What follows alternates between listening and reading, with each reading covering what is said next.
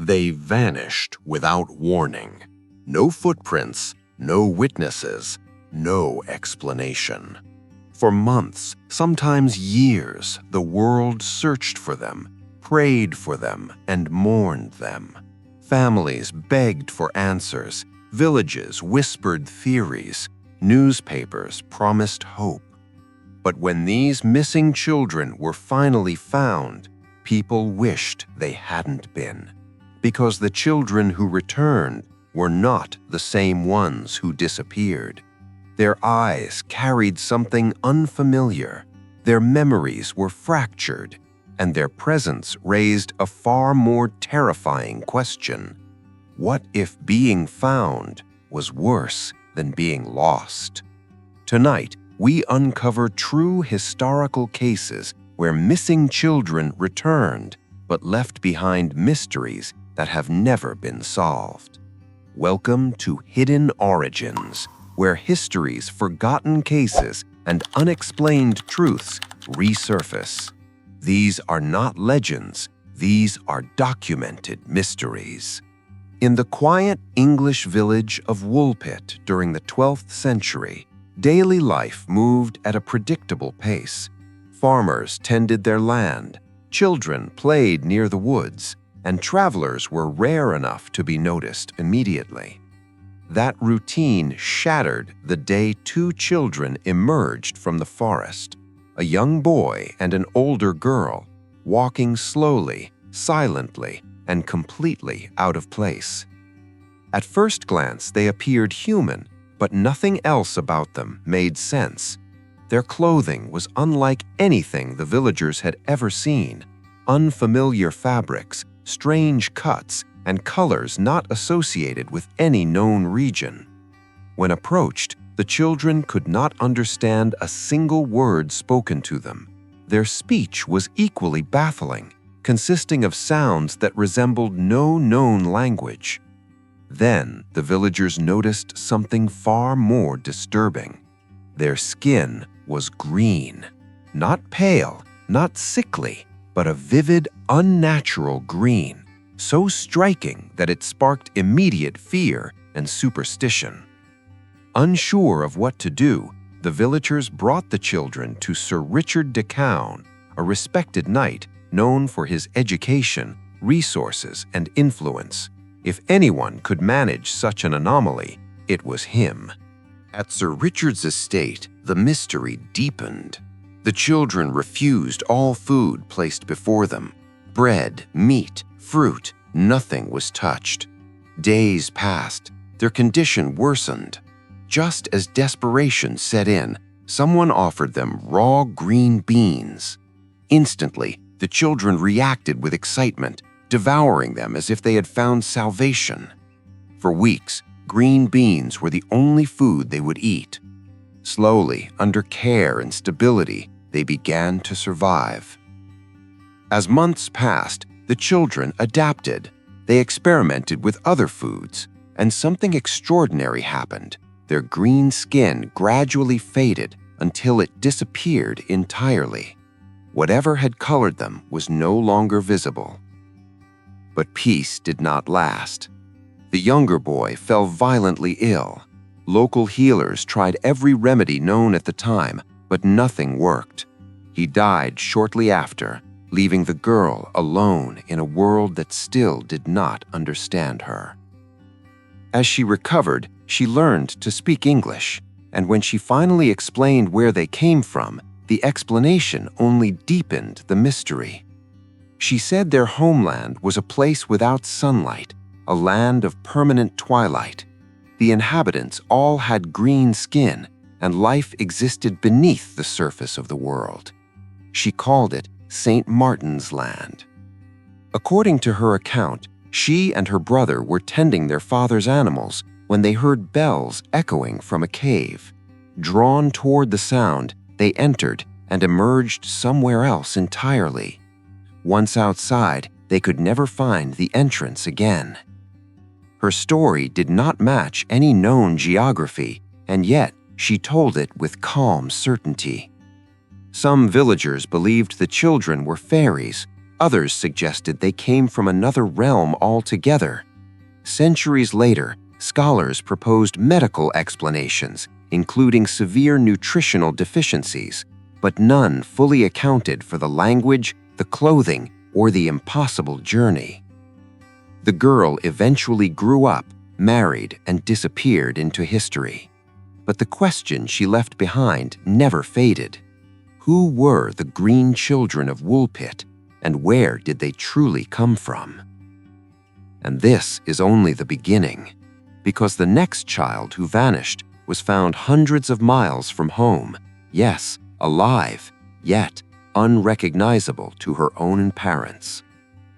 If you want to follow these mysteries to their darkest conclusions, subscribe to Hidden Origins and stay with us as the story continues. Long after the green children of Woolpit faded into history, Europe would face another case that proved even more disturbing. Not because a child returned strange, but because no one could be sure which child had returned at all. In April of 1922, in the rural French village of Goas-al-Loudou, 2-year-old Pauline Picard vanished from her family's farm. One moment she was playing near the fields, the next she was gone. Her disappearance shattered the quiet countryside. Over 100 villagers abandoned their work to search the land. Fields were combed, woods were scoured, streams were inspected.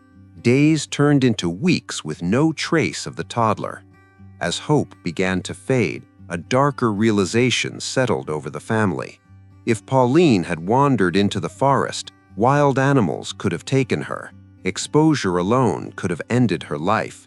The search slowed, not from indifference, but from grief. Then, 1 month later, the impossible happened.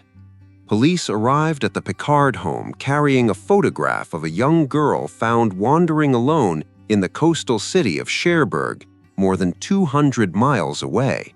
The resemblance was striking: same eyes, same face, same age. Pauline had been found.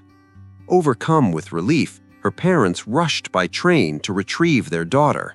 But the reunion did not bring comfort, it brought confusion. The child looked like Pauline, but she did not behave like her. She did not recognize her parents. She did not respond to her name. Most unsettling of all, she did not understand Breton, the language spoken at home. Doctors explained that trauma and malnutrition could erase memory. Wanting to believe, the Picards brought the child home, but doubt lingered. Weeks passed, and the child showed no signs of recognition. She remained distant, detached, as though placed among strangers. And then, a horrifying discovery shattered any remaining illusion. Less than a mile from the Picard farm, a farmer cycling past noticed something in the grass. It was the mutilated body of a young child. The remains were badly decomposed. The hands and feet were missing. Nearby lay a neatly folded set of clothes, identified immediately as the ones Pauline had worn the day she disappeared. Beside the body was something even more disturbing: the severed head of an adult man, too damaged to identify. The village descended into chaos. Authorities could not determine how the child had died. Murder, animal attack, or exposure were all considered, none confirmed. Even more troubling was the location. The area where the body was found had already been searched multiple times during the initial disappearance, which meant one thing: the body had been placed there later. Suspicion spread quickly. A former farmhand with a criminal history was arrested, then released. Another man appeared at the Picard home days earlier, acting erratically, before screaming a confession and fleeing, only to be institutionalized the next morning. His mental state rendered his words unreliable.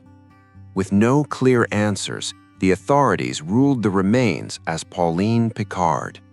The family buried her, setting the date of death as the day she vanished. But one question refused to die. If the body was Pauline, then who was the child living in their home? Unable to reconcile the truth, the Picards made a painful decision. The foundling was returned to Cherbourg. Officials concluded she was younger than Pauline and had likely been mistaken due to resemblance. She was renamed Marie-Louise Pauline and placed in the care of a convent, where she later died during a measles outbreak. No explanation ever bridged the gap between the two children. Pauline Picard's case remains one of France's most haunting mysteries, not because a child vanished, but because two appeared in her place. And disturbingly, this would not be the last time a child would be returned to the wrong family and live an entire life under a borrowed name.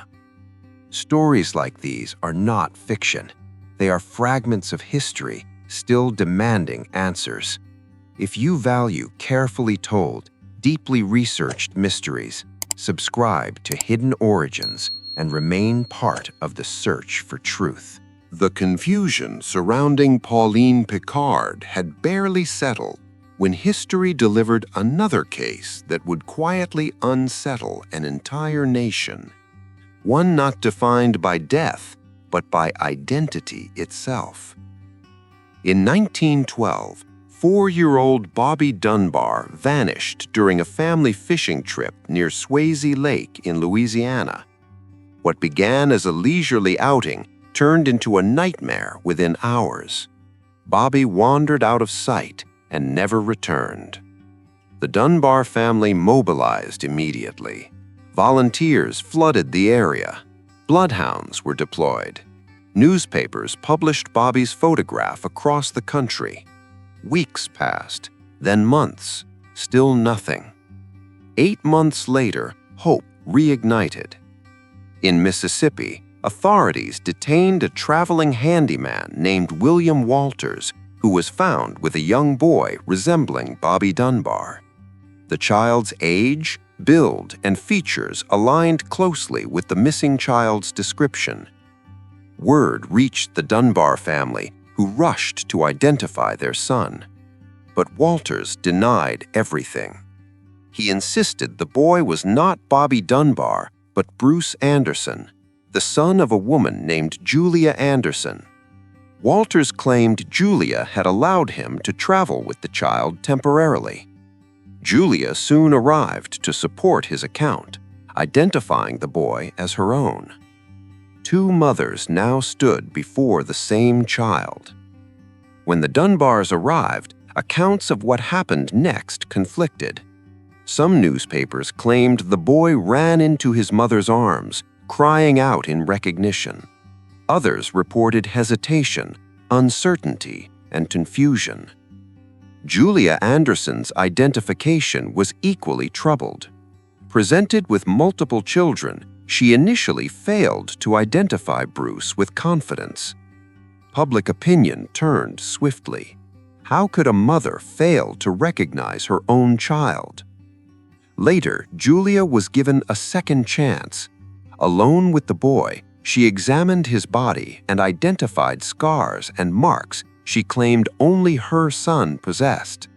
But the damage had already been done. Her earlier uncertainty weighed heavily against her, especially contrasted with the Dunbars' social standing, financial resources, and emotional resolve. The case went to court. In the end, the ruling favored the Dunbars. The child was declared Bobby Dunbar and taken home to Louisiana. Julia Anderson, unmarried and lacking the means to continue the legal battle, returned home without her son. The boy lived the rest of his life as Bobby Dunbar. He grew up, he married, he raised children, and he died believing the name he carried was his own. But the truth did not stay buried forever. In the year 2000, Bobby Dunbar's granddaughter began investigating family records driven by inconsistencies she could no longer ignore. She interviewed surviving relatives, analyzed court documents, and uncovered forgotten testimonies. Eventually, she pursued DNA testing. The results were devastating. Genetic analysis revealed that Bobby Dunbar was not biologically related to his supposed family line. He shared no blood connection with his alleged cousin, the son of Bobby's younger brother. The conclusion was unavoidable. The boy raised as Bobby Dunbar was not Bobby Dunbar at all. Once again, the question resurfaced.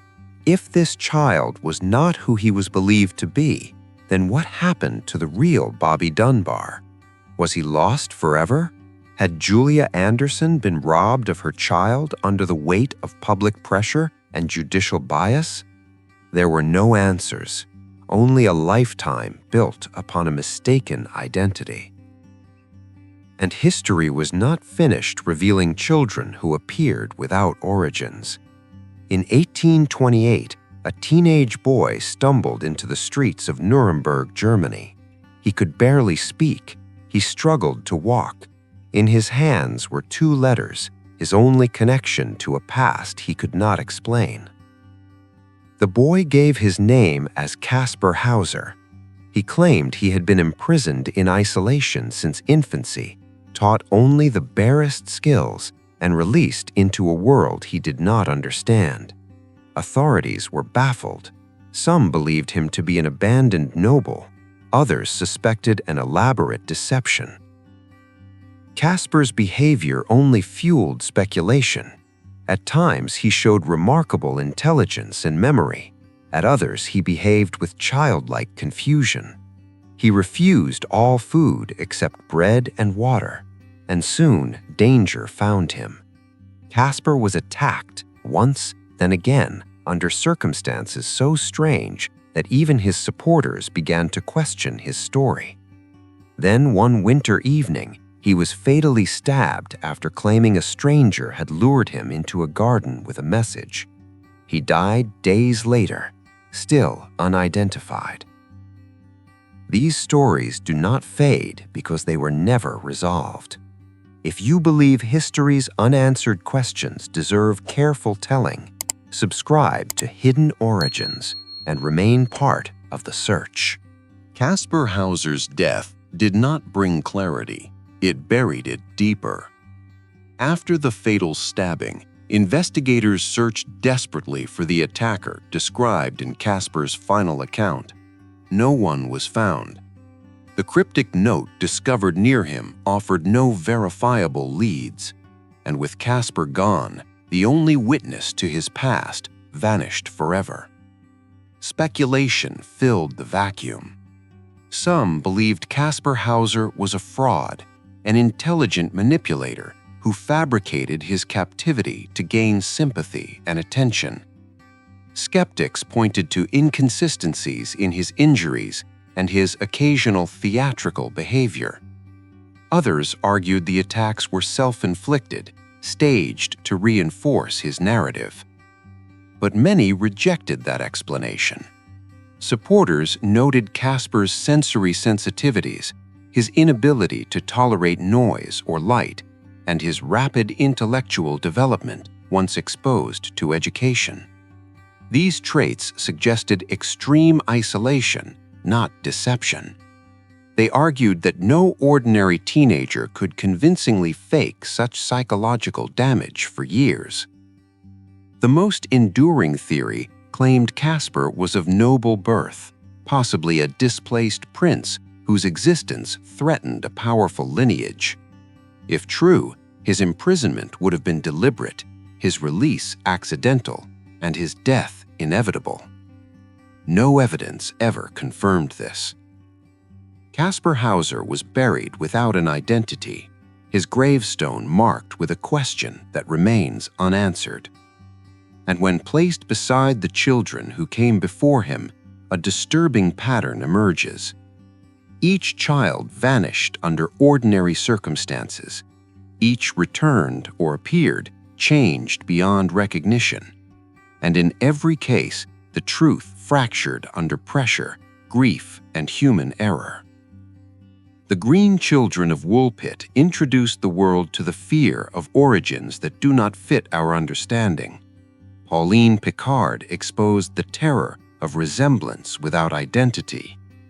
Bobby Dunbar demonstrated how easily a life could be rewritten by authority and assumption.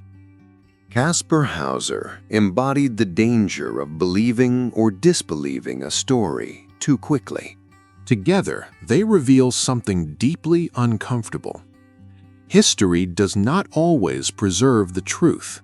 It preserves the version that survives. Records were written by those with power. Courts favored those with resources. Communities embraced explanations that allowed them to move on, even if those explanations were incomplete or wrong. And the children, caught in the center, were left without voices.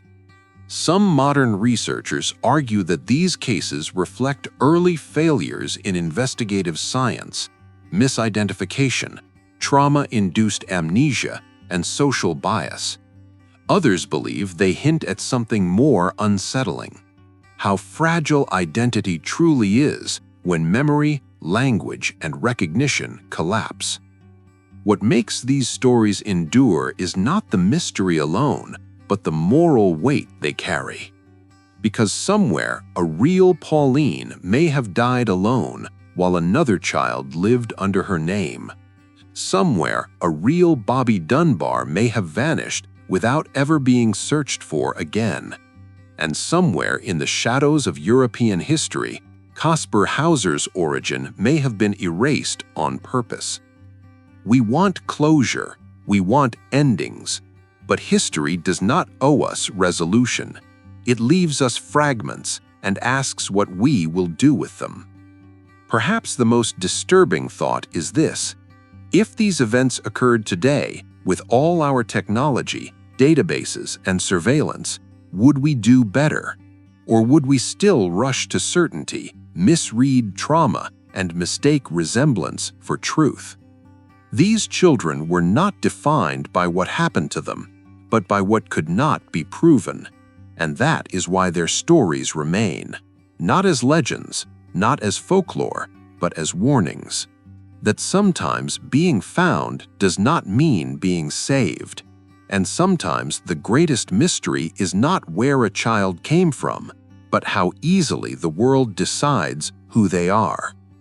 If stories like these matter to you, stories that challenge history, identity, and truth, subscribe to Hidden Origins, because some questions were never meant to fade, and some answers are still waiting to be uncovered.